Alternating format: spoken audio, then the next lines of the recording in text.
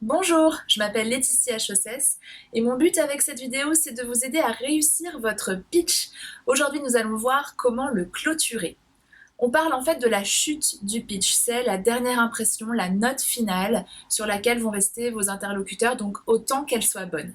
Et j'ai donc 3 conseils pour vous aider à travailler votre chute.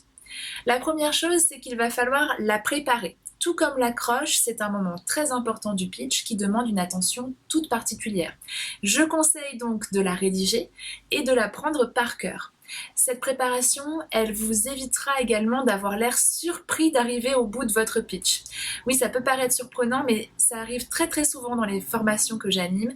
Je vois des pitchers qui ont l'air de découvrir que c'est la fin et qu'ils n'ont plus rien à dire. Et en général, ça se termine sur un bah voilà.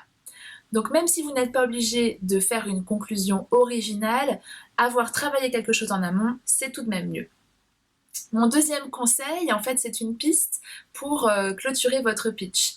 Vous pouvez terminer sur le résumé de l'idée principale de votre projet. L'idée forte, une sorte de phrase clé que vont retenir vos interlocuteurs.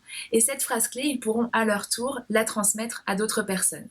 C'est vraiment ce qu'ils recherchent, donc si vous leur amenez sur un plateau, eh bien vous allez marquer des points.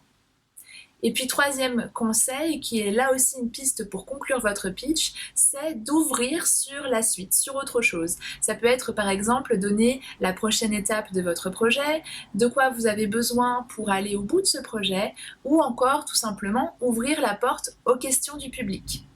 Ça n'a pas forcément besoin d'être très original là non plus, l'essentiel c'est que cette conclusion soit bien travaillée et qu'elle arrive de manière naturelle.